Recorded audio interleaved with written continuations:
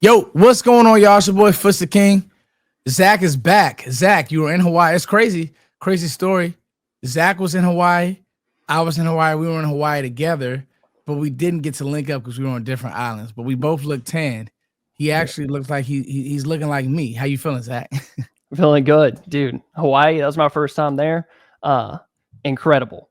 Yeah. You were in Honolulu and I was on Kauai. So we didn't get to link up, but just the fact that we were there at the same time is insane. Swimming, Zach, hiking, the whole nine? All of it. Out in the sun. Just getting some sun, dude. That Hawaii sun is different. Isn't it? And then what's the craziest thing you ate? I know, like, I like the musubi. It's pretty good. Some good seafood as well. Yeah. What's the craziest thing you ate? We ate we got some poke. We eat that all the time at home, but just, It's different. Some spicy tuna, completely different. It's fresh. Hey, and I'm gonna tell you this: if anybody who hasn't been to Hawaii or wants to go, you better bring some money in because it's We went to the grocery store. We're like, what is going on, dude? $9 for some milk. It's different, isn't it, Zach? Yeah, completely. I'm like, nice to visit. Don't think I could live here. There you go. All right, so Zach, we wanted to talk about the receivers today. So now the final roster is set, we think. We kind of, I know we talked about earlier, I did this whole live on Zion Childress not making the team and it being fair, and then he gets cut and they bring in a few other guys, and I'm sure Zach will talk about that. I'll talk about it on my channel, but I want to talk about the receiving room. And I text Zach, I said, Zach, how do we feel about the Cowboys keeping 5 receivers and their roles? So before we even get to the room and how we feel about the actual room, Zach, how did you feel? And I'll even talk about how I felt about losing Trayshawn Holden, or not losing him, but him not being active.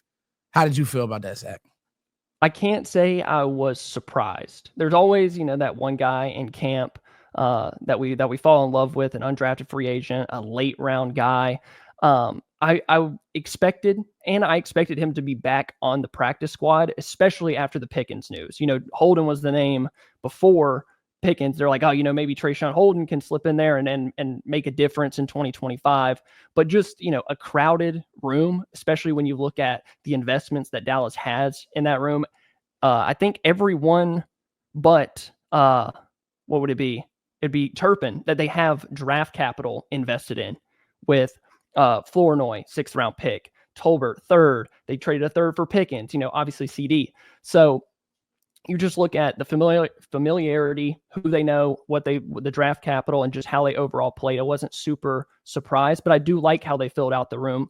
And maybe you can talk about this as well. I was kind of surprised by them keeping 5 for now. Yeah. Mingo is going to IR. He'll be back in 4 weeks, so a month. But they're going to play a month of football with 5 wide receivers. They didn't choose to keep Brooks. They could have kept him and then just swapped him out, waived him, put Mingo back on when it was time. But they chose to roll with 5. I agree with it. I like it. It's a solid room. We're going to talk about it. They all do individual things extremely well. You knocked that out the park, Zach. And to me, I think they kept 5 because of the versatility of Ryan Flournoy.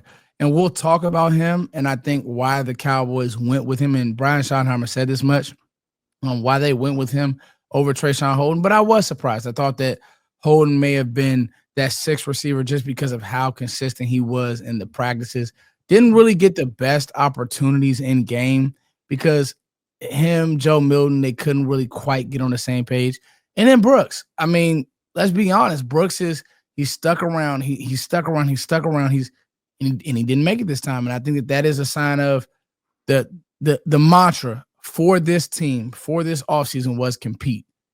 To me, Ryan Flournoy, and we'll talk about him, we'll get into his game and what we like about him, but he competed. And not only as a receiver, he competed on special teams, and I think that's what matters. So now that we got that out the way, Zach, what I want to do is just go straight down the list, the headliners to the opening acts, and let's talk about the headliner, CeeDee Lamb. What did you see from CeeDee Lamb this training camp?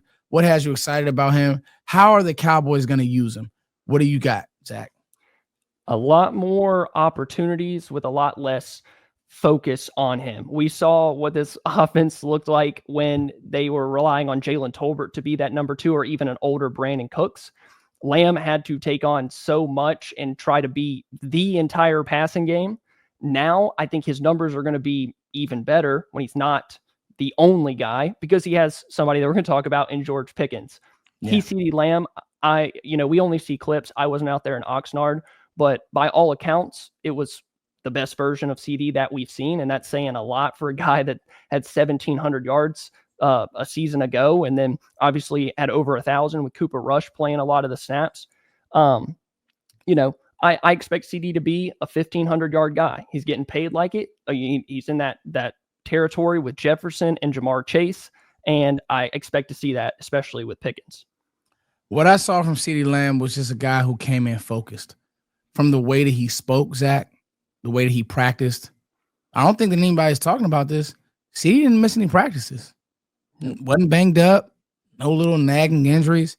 We aren't talking about that, though, because, we're talking about a lot of fluff. And, with us, and when you guys, shameless plug here, and we were going to talk about it at the end, but, hey, you guys are going to get a recap show after every game from Zach and Foots. So, just get ready. We carried you guys all the way through the draft season, and we're going to continue to tag teaming in that way. But back to this, CeeDee's focused. He's playing focused. He's playing physical. He's not talking too much. He's really locked in, and he practiced and played this way. I expect to see a lot more quick game for CeeDee, right, Zach? Especially with having, his 1A, his Robin out there and George Pickens. I expect to see a lot more quick game, get the ball in his hands, let him run. Once the defense starts creeping up, you could throw it behind their ear, and you could throw it behind their ear with CeeDee, and who we're going to talk about now is George Pickens. So, George Pickens, what do we see in camp? What do we expect this year? How's he going to be used? I'll take this one. I'll start this one off, Zach. George Pickens is going to be your deep threat. However, I said this at the beginning of camp. I said this when he was signed. George Pickens is more than a deep threat. Look at me, Cowboy fans. He's more than, this, how we fantasize of how Michael Gallup once was. He's better than that. He is. He's a souped-up Michael Gallup. He can run end breaker. He can run comeback. He can work over the middle of the field. There were times where CeeDee Lamb would go into motion. It would turn George Pickens to the number 2 receiver. He can work in that way. Him and Dak started to get a nice wavelength towards the end of camp. If we continue to see that, this is going to be a great, great thing for this offense. Zach, take it away. The one word that I think about is quiet. And I say that because of all of the news reports, and it's the Cowboys are going to get criticized for just about anything. But the main thing with Pickens was distraction. Talent was never the issue with Pickens, right? Yeah. He's uber talented. It was always, is he going to be a distraction in the locker room? How is he going to mesh with the guys? All of that, seamless. Him and CD are best friends. He's been really good in the offense. Like you mentioned, he can do a million different things. He's not just a deep ball guy. So just the word that comes to mind is a quiet, good camp. Yes. Quiet and solid. Everything's rolling smooth. And I expect that 1-2 punch to be up there with, in the top 3 as far as wide receiver duos this season. When you look at the Cincinnati Bengals, when you look at the Minnesota Vikings, now Minnesota O-line plays a little bit better than the Bengals, but I always tell people this: the Bengals, not a great O-line, not a great defense. They're still in games because they can score points.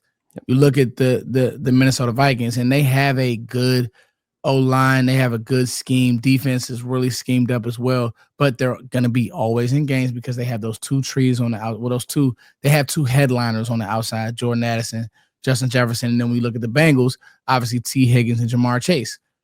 There's a trend going on in the NFL. You need 2 guys. You can have one, but it makes life a whole hell of a lot easier when you have 2. I know there's Cowboys fans that are worried about the run game. You got 2 guys. I know there's Cowboys fans that are worried about the offensive line. You got 2 guys. And I think that those 2 guys make life a lot easier for you. And then you even see guys, even in Cincinnati, like Josevich. You see other guys start to emerge and be good players. And that's who I want to talk about next. And I want to talk about Kevontae Turpin. So how was he used? How did you see him in the offseason and training camp, Zach? How do we integrate Kevontae Turpin. Now we have our 53-man roster, Zach. How do we integrate Kevontae Turpin in this offense? I've been saying since Turpin got here that I wanted them to integrate him into the passing game more. He can still be that gadget guy. He can still go in motion. You can still hand it to him on a jet sweep, all of those things. But I wanted him to be more of a receiving threat. We saw him in that game against the Texans. He ran a slant across the middle, caught it, fastest ball carrier speed all year, right? That's the kind of dynamic, big play ability that he brings. Now, I will say, there are still some holes in his game as a wide receiver, catching the ball. Do you trust him every single time the ball is thrown to him? Maybe not. And now some of that comes down to his size and just he likes to jump when he doesn't have to jump. Like, there's just certain things. But he's so good and so dynamic, especially when you pair him with Lamb and Pickens, two guys that do their own things, right? And then you have Kevontae Turpin as the speed guy, hard to tackle, hard to bring down. It just opens up the offense to so much more because they're worried about Turpin. They're worried about Pickens going deep. They're worried about Lamb being able to do everything. So Turpin, for me, should be wide receiver 3. And I noticed that you listed him like that. Yeah. We're not talking about Tolbert or Flournoy or anybody else yet. Turpin needs to be that wide receiver 3. Juice-wise, Turpin has it all. Oh. You hit it, Zach. I don't want to step on any of your points. Consistency. Like, can Turpin consistently get open? I think he can. Can he consistently do the things he's supposed to do? Another thing is, when you just look at him as a weapon, I expect the Dallas Cowboys to put him in the backfield a lot or get him jets or do the things to get him going. And I think that he has that in his bag. Wide receiver 3, this is where I'll push back a little bit, Zach. Can he do wide receiver things consistently? I think he can. We need to see it. Yep. Once we see it, then I'll be, uber excited. Let's get to number 4, and this may surprise people. I have Ryan Flournoy over Jalen Tolbert as far as my rankings, how they need to be used, and what they do. Here's why I'm so big on Ryan Flournoy. People know that I've kind of sang his praises since last year. I kind of saw the physicalness and all of it. He blocks. You can insert him. And I think that what we saw in training camp and what we saw in preseason, because, we're taking that step back to look forward and how he'll be using the offense. Flournoy, you got to get it where you live. They're not going to scheme anything up for you. You're going to be the third option on the read. It's not like we got a page in a playbook for Ryan Flournoy. So you got to get it where you live. You have to, on film throughout the week, they need to see you. Dang, Flo, look at that block. They need to see you. Dang, you cooked him on that backside slant. The ball just didn't funnel your way. You have to earn Dak's trust. Zach, how do you feel about Flournoy? Because I think he's the wild card. I think that he could end up being your true wide receiver 3 and even maybe may have more upside than Jonathan Mingo. And we know he got hurt. Injuries open up opportunities. How do you feel about Flournoy, Zach? So going into camp, Flournoy was in that back half of receivers that were trying to stick on the roster, right? For me, he was in that Trayshawn Holden, Jalen Brooks camp, and I think he separated himself throughout the preseason. Now, if Joe Milton had just a little bit of touch, I think we'd really be, talking about Flournoy just a little bit. He'd probably have like 3 or 4 touchdowns. But like you mentioned, his ability to block on the perimeter, he will get in there and mix it up. I forgot what game it was, but he's on the outside. There's a run up the middle. He's done work all the way back across the field and tries to spear a linebacker on a run block, and the running back skirts through. So he's got his mentality. But I also, with this Cowboys team, if you go back to Cedric Wilson, also a late round pick for the Cowboys, he had to earn Dak's trust as he got healthy back from his injury. And that was when the Cowboys had Lamb and Gallup, and that receiver that you could always trust that would go up, make a play late in the game. I thought it would be Mingo early on in camp. Maybe that's Brooks. I mean, maybe that's Flournoy now. Now that Mingo's not there, he gets those opportunities. We're going to talk about him, but Jalen Tolbert, I don't think he has that skill set. I think Flournoy does. The big body, go up and get it, bully guys. He's really physically imposing. I know he doesn't look like, because he's out there on an NFL field, but I like Ryan Flournoy a lot, and just the things that he can do. If he can gain Dak's trust, I think you might have some at wide receiver 3.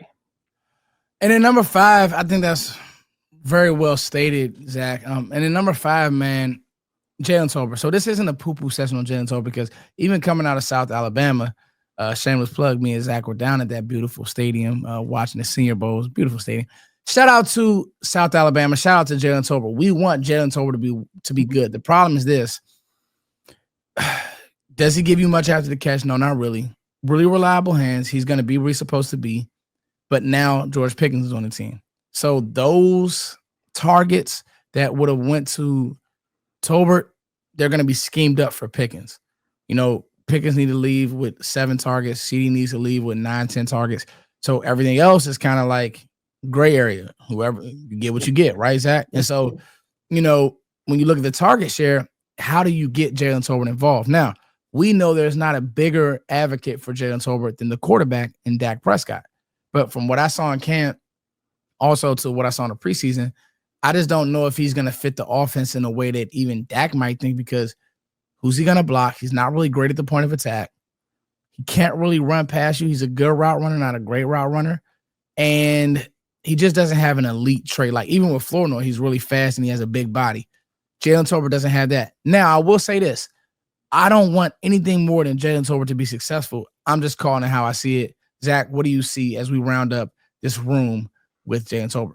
You said it beautifully on Tolbert. Like, you want him to succeed, right? Like, we don't want any of these guys. But the thing with the NFL is it's always about potential and what the guy's ceiling is. We know what Tolbert is at this point. Like, when you imagine players, like especially in this wide receiver room, that are going to get better as the season goes on, like, oh, I can imagine that guy ending the season and me thinking, oh my God, he's so much better than he was to start. Tolbert isn't the first guy that crosses your mind, right? It's the other guys like Flournoy and Turpin, what they could possibly be because of their skill sets, like you said. But, you know, Tolbert can still be that reliable guy. It's funny you mentioned him breaking tackles. I tweeted about it. I don't think I've ever seen Tolbert break a tackle, but he's reliable. Quarterback likes him. And, you know, he did have 7 touchdowns last year. It's just going to be hard for him to find a bunch of targets on this team with the receivers that they have now. Yeah, and I mean, let's be honest. CD and Pickens raised the ceiling of this receiver room, but the floor also raised with guys like Ryan Flournoy taking a jump, with Kevontae Turpin just popping on tape. And so, and even you had some hope from Mingo. So now that the 53 is done, Zach, as we rank these rooms, the DN room for me is 1. The linebacker room would probably be 2, but you could fight for the receiver room being 2 as well. And I think that that's a good problem to have. And I'm excited for the season because I think that this passing game can stress teams. That's what's so much fun about this receiver room too, is we're worried about wide receiver 5 and 6. You know, we're not worrying about 2 like we thought we were going to be when this all started. Like before the Pickens trade, we're all like, can Trayshawn Holden come in here and win wide receiver 2? Yeah, we're worried about wide receiver 5 and 6, and it's a good problem to have because you're so good at the top with Lamb and Pickens. I completely agree. All right, guys, we plugged it earlier. Just letting you know, we are going to be doing a post-game show every week. Zach and I, we're going to be going live, so just giving our raw thoughts. We might cry, we might laugh, we might do a little bit of both. But we're going to give it to you guys raw. You guys can play that back throughout the week, and then and we'll try to get to like a piece of content a week, if maybe not, but we know that we will be at the very least giving you guys 1 piece of content, and that'll be throughout the recap. So as always, guys, thank you guys for like, share, subscribing. It's your boy Foots. I love you guys. See ya. Peace.